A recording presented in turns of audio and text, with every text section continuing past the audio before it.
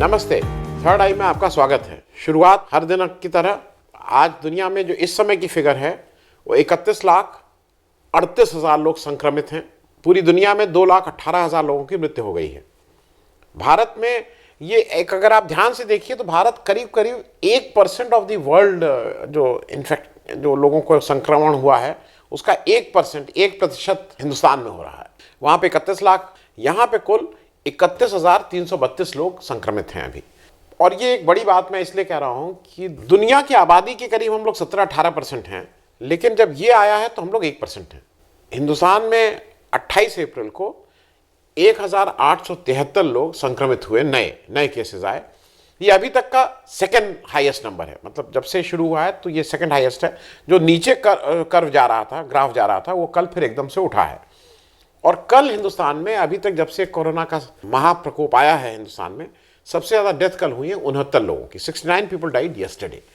आज का दिन कुछ मामलों में हिंदुस्तान के पॉलिटिकल सिस्टम उनके लिए बहुत अच्छा नहीं रहा है। सबसे पहले तो एक रिपोर्ट आई है, USCIRF एक संस्था है जिसका पूरा नाम है United states commission on international religious freedom. ये यूनाइटेड स्टेट्स सरकार द्वारा बनाया हुआ एक गवर्नमेंट का कमीशन है और इसमें 10 मेंबर होते हैं। ये दुनिया भर में कहाँ कहाँ कैसे कैसे रिलीजियस चीज़ें इंटरनेशनल, मतलब किस तरह से लोग वो कर रहे हैं, कौन सी सरकार कैसे हैंडल कर रही है, इसकी खोजबीन करने की एक निगरानी टाइप करते हैं और वहाँ पे जाके मौके पे इन्वेस्टिगेशन भी करते हैं। हिंदुस्तान ने इनको मना किया। Hindustan has not allowed, India has not allowed them to come to India इसको देखने के लिए। इसके 10 मेंबर हैं। इसके चेयरमैन है टोनी परकिंस और इसमें एक हिंदुस्तानी ओरिजिन की एक महिला मेंबर भी हैं, अनुरमा भार्गव। अनुरमा है ये, अरुणिमा नहीं है, अनुरमा भार्गव। इनके अनुसार ये 2-3 तरह की कैटेगरी करते हैं कि कुछ कंट्रीज हैं जो वॉच लिस्ट में आती हैं। ये काफ़ी दिनों से 1998 से, अगर मैं गलत नहीं हूँ, तब से ये काम कर रहे हैं। और एक उनकी होता है CPC, country of particular concern, मतलब जहाँ पे ऐसी कंट्रीज जहाँ पे रिलीजियस माइनॉरिटी के ऊपर कुछ ज़्यादा गड़बड़ है, ज़्यादा देखने की ज़रूरत है, उस सरकार को कुछ कदम लेने की ज़रूरत है, उसको वो CPC बोलते हैं, कंट्री ऑफ पर्टिकुलर कंसर्न। 2004 के बाद, 2004 में हिंदुस्तान CPC में आया था, कंट्री फॉर पर्टिकुलर कंसर्न में। पहली बार 2004 के बाद 16 वर्षों के बाद कल फिर हिंदुस्तान 14 देश आए हैं उसमें।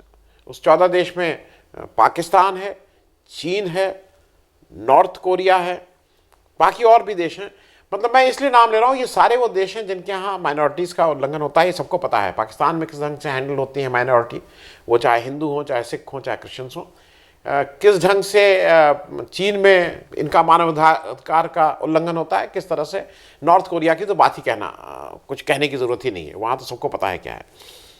इन्होंने अपने एनुअल रिपोर्ट में ये चीज़ कही है और उन्होंने जो शब्द इस्तेमाल किए हैं वो उन्होंने कहा है, we are seeing impunity for violence by non-state actors committed against religious minority। उन्होंने बहुत साफ साफ कहा है कि जो नॉन स्टेट एक्टर्स हैं, मतलब ये जो इस तरह के दल या संस्थाएं हैं, वो रिलीजियस माइनॉरिटी के ऊपर कुछ मतलब एट्रोकेसीज कह लीजिए या वायलेंस, हिंसा की बात कर रहे हैं। हालांकि जैसा था, इसको हिंदुस्तान ने बिल्कुल सिरे से नकारा है और फॉरेन मिनिस्ट्री के जो ऑफिशियल स्पोक्स पर्सन है उन्होंने कहा है कि नहीं, इस तरह का कुछ नहीं है और इसको उन्होंने वो किया है।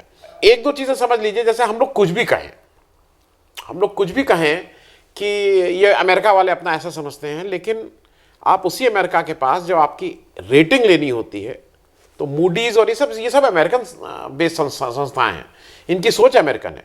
तो अगर आप एक उस इकॉनमी को फॉलो कर रहे हैं और आज आपको अगर इंटरनेशनल फंड की ज़रूरत है, जिसको FDI और ये सब बोलते हैं, फॉरेन इन्वेस्टमेंट की यहाँ ज़रूरत है, तो आपको तो उनकी बात और उनकी संस्थाओं की जो रेटिंग है उसको तो कम से कम एक्नॉलेज तो करना ही पड़ेगा। आप माने ना माने वो अलग बात है, और दुनिया उसको मानती है। तो आप जैसे भी कहिए, ये कहीं कोई अच्छी खबर भारत के लिए नहीं है। अच्छा, इसमें मुझे लगा कि भाई ये तो एक ऐसी बात है कि इसमें तुरंत फ़ोन उठा के ताऊ को जरा कहना चाहिए कि भाई ये क्या है, हिंदुस्तान आए, इतनी आवभगत की, केमछो। तो ये पंजाबी में कुछ मोटी सी, जो पंजाबी जिस ढंग से केमछो बोलते हैं एक दूसरे से अभिवादन, उस तरह से बोलना चाहिए कि ये तुमने क्या किया हमारे साथ। अच्छा, एक मुश्किल और हो गई है कि ये जो अनुरमा भार्गव है ना, जो हिंदुस्तानी है, ये तो मैनेज हो जाता तुरंत। ये अमेरिका में ही पढ़ी, मैं पैदा हुई हूं, वहीं पढ़ी लिखी, तो ये ओरिजिन तो हिंदुस्तानी है, लेकिन यहां कोई है ही नहीं, तो हम किस मतलब कैसे इनको ठीक करवाएं? नहीं तो हम लोग इनको ठीक करवा लिए होते, कोई मुश्किल नहीं था। इतनी हमारे यहाँ संस्थाएं हैं। जब हम मीडिया के पीछे एक सरकारी कागज जो आम पत्र था वो लीक हुआ है, तो यहां पे हम एसटीएफ लगा देते हैं। तो अनुरमा भार्गव का यहां कोई अगर दूर दूर का भी नातेदार रिश्तेदार होता, चाचा मामा ताऊ नानी, तो उसके पीछे तो मालूम नहीं क्या हम लोग लगा देते। खैर, एक और बदतमीजी और एक और हिमाकत हुई है अमेरिका ने, और ये क्यों कर रहे हैं नहीं मालूम।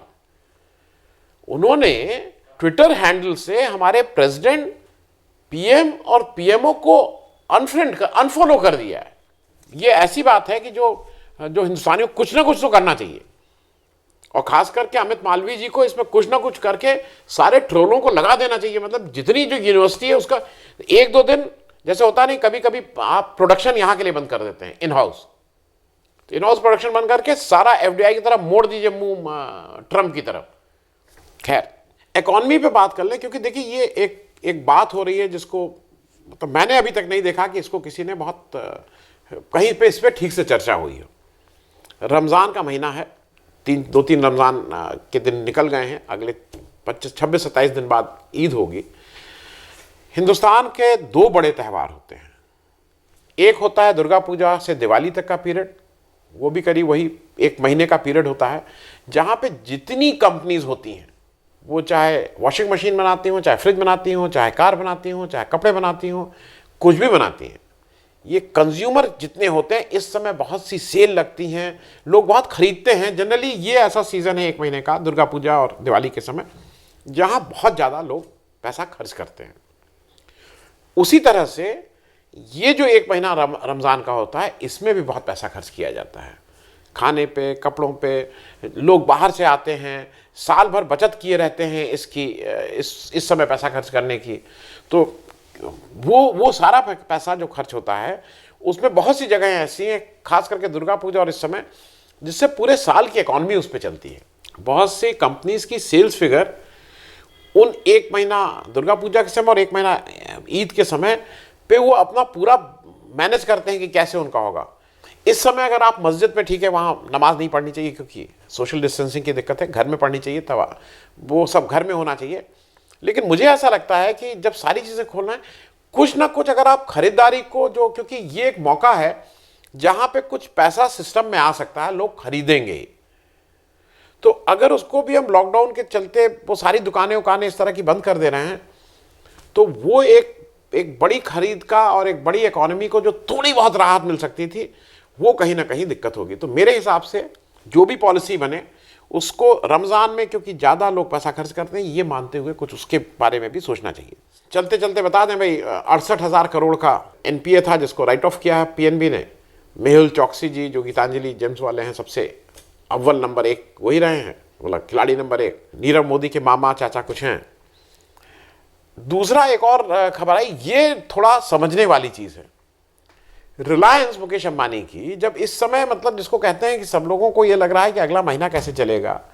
मेरे बहुत से मित्र जिनको पेंशन मिलती है वो तक परेशान हैं, जिनको परेशान होने की आवश्यकता नहीं होनी चाहिए।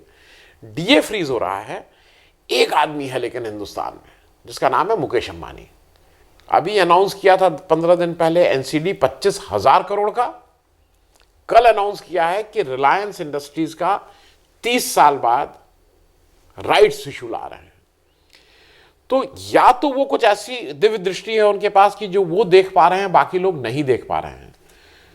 तो भाई ये समझने की चीज़ है, क्योंकि ऐसी इकोनॉमी की, ऐसी बाजार की हालत में अगर वो राइट्स इशू ला रहे हैं, एनसीडी कर रहे हैं, तो कहीं ना कोई अपॉर्चुनिटी तो देख रहे हैं। या कहीं वो चीन की तरह कुछ ऐसा काम तो नहीं कर रहे हैं कि अगर हमारी इस समय परेशानी है, तो इस परेशानी में चीन कुछ अपने बिजनेस को और प्रमोट करने की बात कर रहा है। क्योंकि ये भी एक समय, मैं इसको नहीं समझ पाया। इकॉनमी में एक और चीज़ हुई है जो अच्छी बात, मतलब हिंदुस्तान की इकॉनमी के लिए कुछ लोगों को अच्छा लगेगा। जैसे एक मुकेश अंबानी है, परसों फिगर आई हैं, Stockholm International Peace Research Institute है, सिप्री बोलते हैं, SIPRI, उसने अपनी नई फिगर्स रिलीज की हैं। हिंदुस्तान डिफेंस एक्सपेंडिचर में सैन्य संसाधन के खरीद फरोख्त में दुनिया के तीसरे नंबर पे आ गया है। मतलब हम लोग अब खूब हथियार खरीदने में सबसे एक नंबर पे United states 732 billion US dollar, 2 number पे चाइना 261 बिलियन डॉलर, और 3 नंबर पे गर्व से कहिए कि हम भारतीय हैं 71.1 बिलियन डॉलर। मतलब मैं व्यक्तिगत रूप से फिर से, मुझे ये कोई बहुत अच्छा नहीं, क्योंकि मैं हथियार पे ज़्यादा खर्च हो इस पक्ष का नहीं हूँ। डिफेंस होना चाहिए, सैन्य होना चाहिए, लेकिन हथियार से ज़्यादा हमारे पास शायद इस समय प्रायोरिटी हमारी हेल्थ और एजुकेशन होनी चाहिए। लेकिन हम लोग दुनिया के तीसरे बड़े हथियार की खरीद फरोख्त वाले देश बन गए हैं पैसा खर्च करने की दृष्टि से। कल एक इंडियन एक्सप्रेस एक करता था पहले अड्डा, उसमें अगर आपको याद हो वो जो अभिजीत बैनर्जी उनकी पत्नी आए थे नोबेल प्राइज़ के बाद, उन लोग भी गए थे, वो एक कुछ ना कुछ इकोनॉमी पे और अड्डा करके वो लोगों से प्रश्न पूछते हैं। एक तरह से कॉन्फ्रेंस छोटी स्तर पे वो होता है, जो किसी को कॉन्क्लेव कह लीजिए या बैठक कह लीजिए, जहाँ लोग, उन्होंने कल पहली बार, क्योंकि लॉकडाउन है, ई अड्डा किया, और इसमें उन्होंने बुलाया हिंदुस्तान के जो भूतपूर्व chief economic adviser Arvind Subramanian. ये अरविंद सुब्रमण्यम जी एनडीए सरकार, बीजेपी सरकार द्वारा 4 साल का कार्यकाल किए थे, तो अगर मैं गलत नहीं हूं तो 2014 से 2018, मतलब उसी पीरियड में 4 साल रहे यहाँ। देश की इन्होंने कैसे इकॉनमी चलनी चाहिए वो इन्होंने किया, ड्राइव किया उस इकॉनमी को बीजेपी के साथ। उनका कल ई अड्डा में वो आए थे, और कल जो उन्होंने बात कही है उसको अगर आप सुन लीजिए, उसको पढ़ लीजिए निर्णय, तो आपको डर लगेगा। उन्होंने कहा है कि इकॉनमी के लिए प्रलय है, प्रलय। उन्होंने कहा ये कोई रेनी डे और खराब नहीं है, और उन्होंने बहुत स्पष्ट शब्दों में ये सारी चीजें कही हैं। उन्होंने कहा है कि जो अभी कहा जा रहा है ना, आईएमएफ ने फिगर्स दिए हैं कि 1.9% की जीडीपी ग्रोथ होगी 2020-21 की, और फिर 21-22 में ये 7.4% हो जाएगी। उन्होंने कहा ये सब बेकार आंकड़े हैं, जो इकॉनमी है वो माइनस में जाएगी। अच्छा, अब चूंकि वो अरविंद सुब्रमण्यम है, हार्वर्ड के केनेडी स्कूल में इस समय वो हैं, हिंदुस्तान में रहे हैं पद पे, इस सरकार को उन्होंने एडवाइस की है, तो मैं उनकी बात को ये नहीं कह रहा हूं कि वो कोई एंटी नेशनल बात कह रहे हैं, क्योंकि यहां तो हिंदुस्तान का अगर कोई कहेगा तो एंटी नेशनल है। वो बार बार इसको कह रहे हैं कि it is something very big is happening. आप समझिए प्रलय है आपके लिए।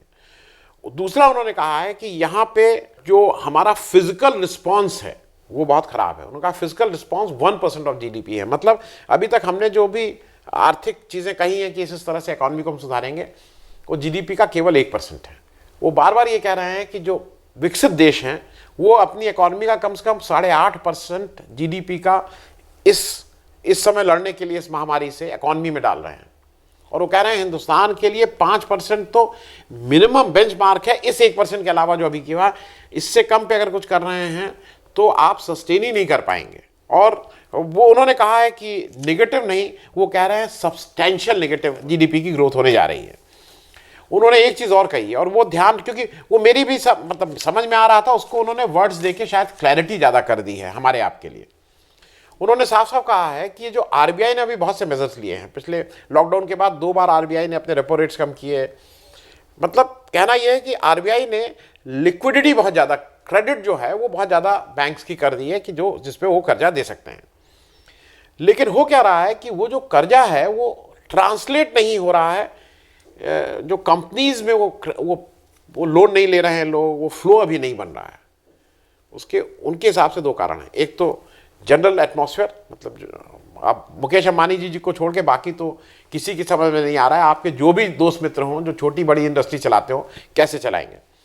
दूसरा उनका कहना यह है कि बड़ी चीज हो रही है कि जो लेंडर है, मतलब जो लेंडिंग करेगा, जो आपका बैंक मैनेजर या जो बैंक का जो भी अफसर ये डिसाइड करेगा कि इसको कितना लोन देना है, कहना वो डिसीजन लेने में आनाकानी कर रहा है। क्योंकि जो ग्राउंड रियलिटी जब वो अपनी रिपोर्ट चेक करता है उस पैरामीटर्स पे अभी लोन देने का एटमॉस्फेयर नहीं है। तो उनका सिर्फ कहना यह है कि इसके लिए जैसे यूएस में हुआ है, एक सेपरेट फंड हो, एक सेपरेट नॉर्म्स हो, और जो लेंड कर रहा है उसके ऊपर कल ये डर ना रहे कि आप अगर उसने कहीं लेंड कर दिया तो फिर भाई उसके ऊपर इंक्वायरी बैठ जाएगी, उसको जेल जाना पड़ेगा। क्योंकि वो ये भी कह रहे हैं कि जो कैश और फूड का ट्रांसफर हम कर रहे हैं ना, कैश किसी के अकाउंट में ट्रांसफर कर दिया है, फूड दे दे रहे हैं, ये सब टेम्पररी मेजर्स हैं, ये जरूरी है, लेकिन ये आपका कोई इलाज नहीं है। ये तो फर्स्ट एड की तरह है कि अस्पताल पहुंचने से पहले जो इकॉनमी में कुछ ना कुछ आपको ड्रास्टिक करना ही पड़ेगा। चलते चलते एक ऐसी खबर, क्योंकि आज सब बहुत अच्छी खबरें नहीं हैं, तो मुझे लगा कि इस खबर को बाकी कहीं नहीं, इसको भी ज़रूर, और ये इसलिए क्योंकि आप और हम इसको समझें। राजस्थान में सवाई माधोपुर में एक महिला क्वारंटाइन में एक स्कूल में रखी जाती है कोविड-19 के चलते, उसका रेप हो जाता है क्वारंटाइन में। हमारे देश की लॉ एंड ऑर्डर की व्यवस्था ये है, और हम उम्मीद करते हैं कि दुनिया के सारे लोग हमारे यहाँ आके पैसा खर्च करेंगे, क्योंकि यहाँ की लॉ एंड ऑर्डर बहुत चुस्त है। ये लॉ एंड ऑर्डर नहीं, ये शर्म की बात भी है। वो आदमी पकड़े गए हैं, लेकिन हम इसलिए कह रहे हैं कि हम किस मानसिकता के बने हुए हैं, उसका एक ये उदाहरण, ये someone has raped a women in quarantine. मेरे एक और मित्र ने कहा था, और मेरी बात चर्चा हुई थी, मैंने कहा था उसको मैं ज़रूर आपसे शेयर कर लूँ। विदेश से जहाज़ भेज के हमने लोगों को मंगा लिया। कोटा में पढ़ने वाले बच्चे जो लाख 2 लाख रुपए की सालाना, हो सकता है 4, मुझे बहुत फिगर्स नहीं मालूम है, लेकिन लाख 2 लाख तो होगी, कि फ़ीस दे के कोटा में केवल पढ़ते हैं कि उनका एडमिशन कहीं हो जाए, वो लोग बस से बुला लिए गए। लेकिन अभी धारवी में फंसे हुए वो माइग्रेंट लेबर, गुजरात में फंसे हुए वो हमारे ईस्टर्न यूपी और बिहार के लेबर का अभी कोई पुरसा हाल लेने वाला नहीं है। वो वहाँ जहाँ थे वहीं फंसे हुए हैं। कल लाइव में 5 बजे संदीप पांडे जी के साथ फिर आपके साथ आएंगे। तब तक के लिए घर में रहिए, स्वस्थ रहिए। नमस्कार। आपको हमारा ये कार्यक्रम अच्छा लगा तो कृपया सब्सक्राइब करें, और साथ में वो छोटी घंटी भी दबा दें, जिससे आपको जब भी कोई नया वीडियो, नया एपिसोड अपलोड हो तो आपको उसकी सूचना मिल जाए। धन्यवाद।